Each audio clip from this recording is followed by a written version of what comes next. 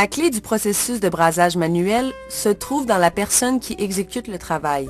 Beaucoup de choses entrent en ligne de compte pour effectuer une bonne connexion brasée. Il faut de la connaissance et de la pratique pour acquérir la bonne technique de brasage. Il faut aussi de la connaissance et de la pratique pour maintenir correctement la panne en bonnes conditions. Même les meilleurs savoir-faire sont inefficaces lorsqu'on utilise des pannes endommagées. Une des principales causes de joints brasés inacceptables provient du mauvais état des pannes de fer. Comment ces pannes se sont-elles endommagées? Leur entretien est un des éléments les plus importants pour donner à n'importe quelle compagnie un avantage dans le milieu compétitif de l'industrie d'assemblage électronique. Ceci est particulièrement vrai lorsque l'on considère l'impact négatif qu'ont les alliages sans plomb sur la durée de vie des pannes. Soyons francs, sans plomb veut dire durée de vie réduite des pannes et coût d'opération plus élevé. Dans ce DVD, nous examinerons comment nous pouvons réduire ces coûts. Il y a un certain nombre de facteurs qui influencent le temps pendant lequel une panne reste en bon état. Par exemple, la technique de l'opérateur, le type et la qualité de la brasure, le type de flox et les applications de brasage.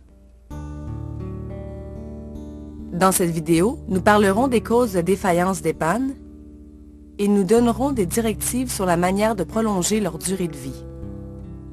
La prolongation de cette vie permettra une meilleure fiabilité de la connexion et moins de dépenses pour votre entreprise. Avec un coût moyen d'environ de 10 à plus de 100 $ par panne, vous pouvez voir l'importance de les garder en bonne condition.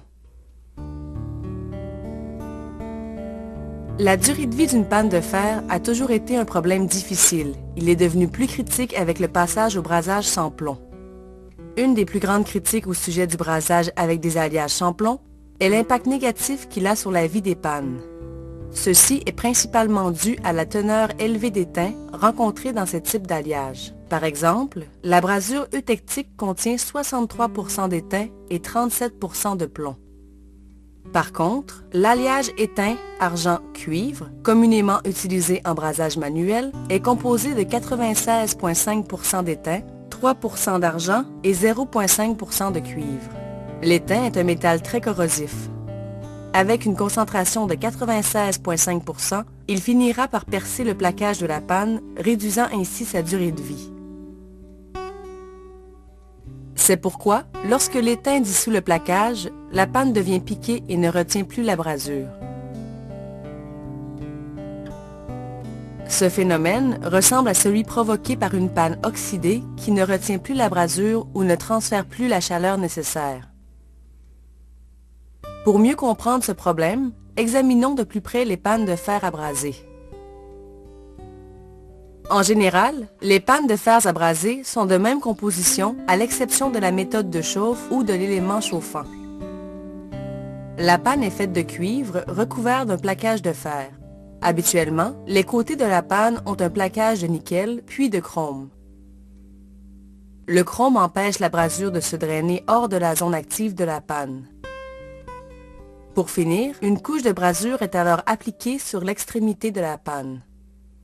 Beaucoup de facteurs influent sur la vie de la panne, en particulier la dégradation de la couche de fer du plaquage. L'augmentation du contenu en étain des brasures sans plomb et l'usage de flox plus agressifs peuvent causer une dégradation plus rapide du plaquage.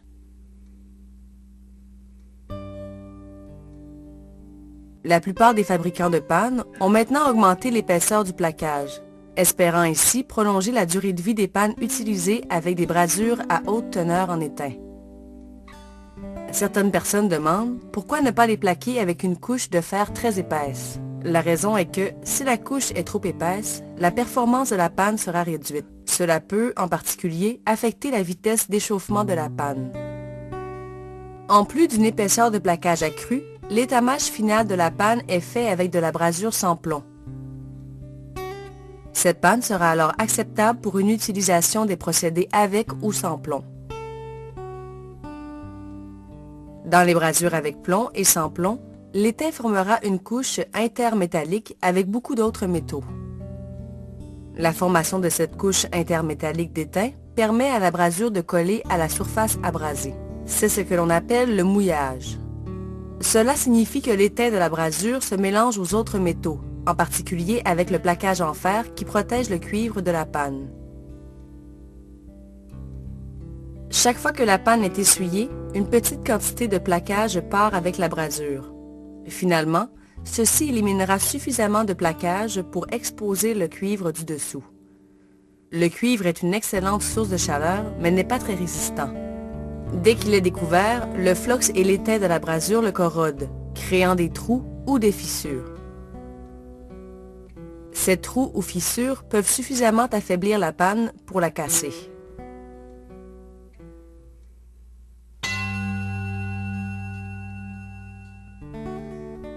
Maintenant que vous comprenez le problème de la durée de vie d'une panne, abordons les autres facteurs impliqués dans la dégradation des pannes et ce que nous pouvons faire pour les minimiser ou les éviter. Ces facteurs incluent l'accumulation d'oxyde, l'abus d'étameurs abrasifs, l'usage de températures trop élevées, une pression excessive, une panne à géométrie inappropriée, fonte de la brasure sur la panne et dommages mécaniques. Débutons par l'accumulation d'oxyde. Pendant l'opération de brasage, l'oxydation des pannes de fer se produit naturellement lorsqu'elles sont exposées à l'air. Si la panne est oxydée ou contaminée, la brasure n'adhérera pas sur elle. C'est ce que l'on appelle le démouillage. Le flox est utilisé pour éliminer l'oxydation de la panne afin d'obtenir un bon mouillage lorsque la brasure est appliquée sur celle-ci. Lorsque les oxydes s'accumulent sur une panne de fer, la performance de celle-ci en est diminuée. Les oxydes créent une barrière qui empêche le transfert de chaleur de la panne à la connexion. Si la panne n'est pas propre et étamée avant de déposer le fer sur son reposoir, les oxydes peuvent s'accumuler et rendre la panne inutilisable. La panne doit alors être éliminée ou reconditionnée. L'étamage de la panne est la meilleure manière de combattre l'oxydation. Le procédé d'étamage commence par l'application de brasure sur la partie active de la panne chaude. La brasure recouvre la panne et forme un écran qui empêche l'oxygène de réagir sur elle. Le flox, dans les brasures RMA, améliore ce procédé d'étamage en réduisant les oxydes déjà présents sur la panne et permet à ceux-ci de remonter à la surface de la brasure. À cause du faible contenu en solide et de la faible activité des flox à bas résidus, l'usage de ce type de brasure n'est pas aussi efficace pour l'étamage des pannes que d'autres types à flox incorporés. Étant donné que les pannes sont maintenant plus sujettes à oxydation, un entretien adéquat est plus que jamais important. L'entretien adéquat d'une panne implique l'une des deux méthodes suivantes, soit essuyer la panne sur une éponge non sulfurisée, légèrement humide, soit sur un tampon de copeaux en laiton spécialement conçu pour cet usage. Après le nettoyage de la panne, il faut toujours lui appliquer une couche de brasure fraîche avant de reposer le fer sur son support. La manière dont vous entreposez les fers, lorsqu'ils ne sont pas utilisés, a également son importance. Vous devez soit couper l'alimentation, soit utiliser un système de contrôle qui réduira la température de la panne lorsque le fer n'est pas utilisé pour le brasage. Un exemple de ce type de technologie est le support de panne. Certains supports diminuent automatiquement la température à 300 degrés Fahrenheit ou environ 149 degrés Celsius, ce qui est très en dessous de la température de fonte de la brasure. Souvenez-vous que la brasure devient liquide à environ 220 degrés Celsius pour le sans-plomb et 183 degrés Celsius pour l'étain plomb. Des supports spéciaux sont conçus par les fabricants pour chaque modèle de fer. En réduisant la chaleur automatiquement lorsque vous n'utilisez pas le fer, la brasure sur la panne se solidifiera et empêchera sa dégradation. Quand une panne présente une accumulation importante d'oxyde, un nettoyage normal et un étamage seront insuffisants. Comme cité précédemment, la panne devra être éliminée ou reconditionnée. Il y a plusieurs méthodes de reconditionnement d'une panne en mauvais état. La première méthode est d'utiliser un tampon à récurer. Cette méthode utilise un matériau abrasif pour éliminer les oxydes et tous les autres contaminants. Une autre méthode de reconditionnement consiste à utiliser un étameur de panne, qui est habituellement un mélange d'alliage et de flox. Une technique moins abrasive consiste à appliquer du flox sur la panne et à plonger dans un bain de brasure fondue.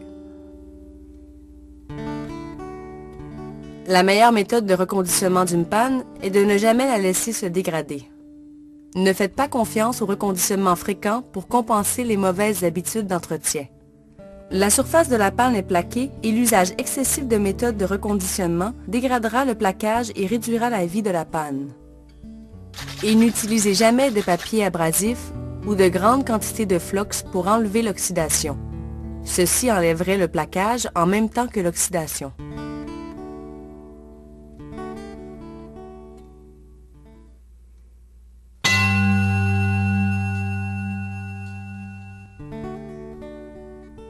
Examinons maintenant ce qu'une chaleur excessive peut causer comme dégradation ou dommage à la panne.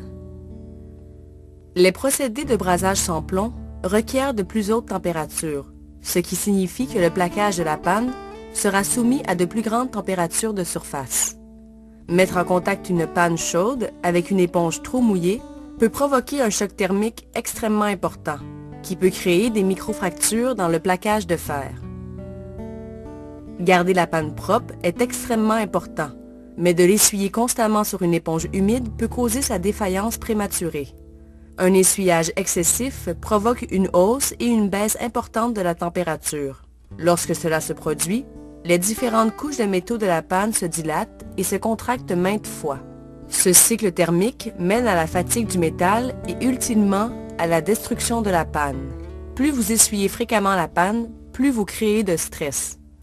Il est important de nettoyer souvent la panne, mais pas de le faire constamment. Nous recommandons de l'essuyer par petites touches sur un tampon de copeaux de laiton ou de la passer sur une éponge de cellulose véritable, légèrement humidifiée avec de l'eau distillée. Les éponges domestiques ordinaires ne devraient jamais être utilisées. Lorsque le fer chauffe le plastique, il peut libérer des produits chimiques qui peuvent corroder la panne. Il peut aussi libérer des fumées nocives pour votre santé. L'utilisation d'eau du robinet peut entraîner la formation de dépôts de minéraux sur la panne, créant un obstacle non mouillable. Ceci peut avoir le même effet qu'une panne oxydée. Le tampon de copeaux de laiton est la méthode préférée pour nettoyer une panne de fer car la température ne variera pas. L'autre problème créé par une température de panne excessive est que plus la température est élevée, plus l'oxydation est rapide. Utilisez toujours la plus basse température de brasage possible. Une température de 315 degrés Celsius, soit environ 600 degrés Fahrenheit, est un bon point de départ pour les applications de brasage manuel.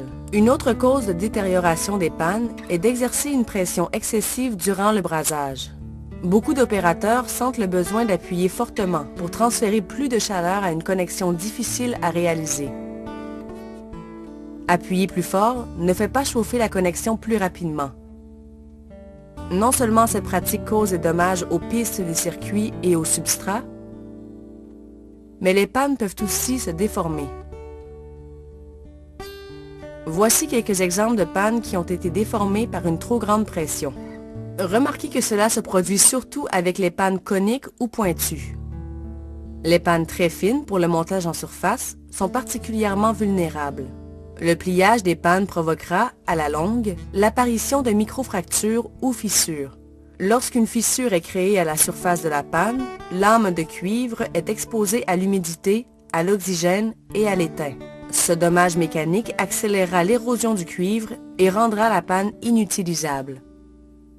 Les fractures dans le plaquage peuvent aussi survenir lors d'une manipulation peu soigneuse du fer, même avec des pannes larges. Certains opérateurs font chauffer la panne et la déforment volontairement pensant que cela rendra leur tâche plus facile. Ceci accélérera également le problème d'érosion. Une pression et température excessives peuvent être évitées en sélectionnant ou en s'équipant d'une panne bien dimensionnée à la tâche. Une pression et température excessives peuvent être évitées en sélectionnant ou en s'équipant d'une panne bien dimensionnée à la tâche. Un transfert de chaleur efficace est principalement accompli en sélectionnant la bonne panne, plus spécifiquement la surface de contact et la masse thermique. Une panne en biseau, avec une surface plane, a une plus grande surface de contact qu'une panne conique. Lorsque l'on sélectionne une panne, toujours choisir celle qui offre la plus grande surface de contact, sans pour cela déborder de la zone du joint. Ce que vous cherchez est la surface de contact panne-piste maximum pour chauffer rapidement la connexion. Imaginez le contact panne-piste comme le tuyau de remplissage d'une piscine. Un tuyau de 2,5 cm de diamètre remplira une piscine de 1200 litres en 15 minutes, alors qu'un tuyau de 38 cm de diamètre la remplira en seulement 1 minute. En utilisant une panne qui a une grande surface de contact avec la piste, cela permet de transférer très rapidement la chaleur disponible à la connexion. La masse thermique de la panne est également importante dans le transfert efficace de la chaleur. La masse thermique se réfère à la taille de la panne et à la quantité de chaleur qu'elle peut emmagasiner. Par exemple, une panne d'un poids de 1 once, chauffée à 600 degrés Fahrenheit, est capable de chauffer 7 grammes de cuivre à 600 degrés Fahrenheit, avant que l'élément chauffant ne se remette sous tension et restaure la température de la panne. Une panne d'un poids de 3 onces, chauffée à 600 degrés Fahrenheit, est capable de chauffer 21 grammes de cuivre sans que l'élément chauffant ne se remette sous tension, même si les surfaces de contact sont identiques. Ce qui veut dire que l'opération de brasage peut être faite plus rapidement. La masse thermique de la panne est importante pour des connexions qui dissipent rapidement la chaleur. Cela veut dire que la connexion doit être complétée aussi vite que possible, tout en permettant un mouillage adéquat. Avoir une panne mal dimensionnée sur votre fer peut causer d'autres problèmes. Par exemple, si la panne est trop petite, il peut y avoir une quantité insuffisante de brasure ou un joint froid. Une panne trop petite augmentera la montée en température ou la durée de contact avec la connexion. Une augmentation de la montée en température est due à un mauvais transfert de chaleur. Cela arrive lorsque vous utilisez une panne conique sur grande surface. Une montée en température plus longue peut provoquer des dommages aux composants, aux conducteurs ou aux circuits imprimés. Une panne trop large peut déborder de la zone de la connexion et causer des dommages thermiques au substrat du circuit. Voici pourquoi la sélection des pannes est un point critique en procédé de brasage manuel. Un autre facteur de longévité des pannes concerne le dépôt de brasure sur la panne. La forcer à fondre est différent que de toucher rapidement le fer avec de la brasure avant de faire un pont thermique. Lorsque la panne est continuellement alimentée par de la brasure, les flux actifs provoquent une oxydation rapide de la surface, créant de petits trous dans le plaquage. L'étain ronge le cuivre, ce qui cause l'agrandissement des trous. Dès que le cuivre commence à se dissoudre, la panne devient inutilisable. Voici des exemples de pannes qui ont été endommagées en mettant la brasure directement sur la panne. La meilleure manière de protéger la panne pendant le brasage et créer le transfert de chaleur le plus efficace est d'utiliser un pont thermique. Pour y parvenir, la panne est appliquée à la jonction de la pastille et de la sortie. Ceci initie le transfert de chaleur sur la zone de la connexion. Le pont thermique est formé en appliquant la brasure à cette même jonction. Puis la brasure est déplacée sur le côté opposé de la pastille. Ceci permet à la brasure liquide d'aller vers la source de chaleur pour compléter le joint. Notre dernier sujet sur la prolongation de la durée de vie d'une panne de fer à braser concerne les dommages mécaniques causés par les outils. Remplacer une panne en utilisant une pince fera souvent des marques d'outils, ce qui annulera toute garantie. Pour changer les pannes, toujours utiliser un outil de préhension résistant à la chaleur. Ces outils n'endommageront pas les pannes et protégeront aussi vos doigts des brûlures. Il est important, dans le cas d'une panne pointue coudée à 30 degrés, de ne pas pousser la panne en place en l'appuyant contre un objet solide, comme une table. En l'insérant dans le manche, l'extrémité de la panne pourrait s'endommager. C'est un plus grand problème si l'élément chauffant se trouve à l'extrémité. Un autre facteur à considérer, relatif aux dommages mécaniques, est de s'assurer que le support de fer est adéquat. Un support inadapté peut provoquer la chute du fer s'il ne s'insère pas correctement dans son logement. Ce programme a présenté l'information essentielle sur l'entretien des pannes de fer à braser. Nous avons débuté par une discussion sur l'importance de l'entretien des pannes, puis nous avons examiné la structure de la panne. Nous avons ensuite parlé de la prévention des dommages causés au plaquage et par l'oxydation. Finalement, nous avons décrit les problèmes qui surviennent durant le processus de brasage, incluant l'utilisation de la mauvaise température, d'une pression excessive, l'usage d'une panne de forme incorrecte, de la fonte de la brasure sur la panne et des dommages mécaniques dus aux outils. Souvenez-vous, sans plomb signifie durée de vie réduite des pannes et coût d'opération plus élevé. L'entretien adéquat des pannes de fer augmentera beaucoup leur longévité. Si vous trouvez que vous brûlez des pannes plus rapidement que vos collègues, il y a des raisons précises à cela. C'est comme le plongeur qui utilise beaucoup moins d'air à mesure qu'il devient plus expérimenté, de telle sorte qu'il peut rester sous l'eau plus longtemps. Un professionnel sait comment préserver une panne de fer et tire une certaine fierté à utiliser correctement ses outils. En traitant les pannes avec soin et respect, vous ferez votre part, non seulement en améliorant la qualité de vos joints brasés, mais aussi en faisant faire des économies à votre entreprise et en aidant à améliorer la rentabilité.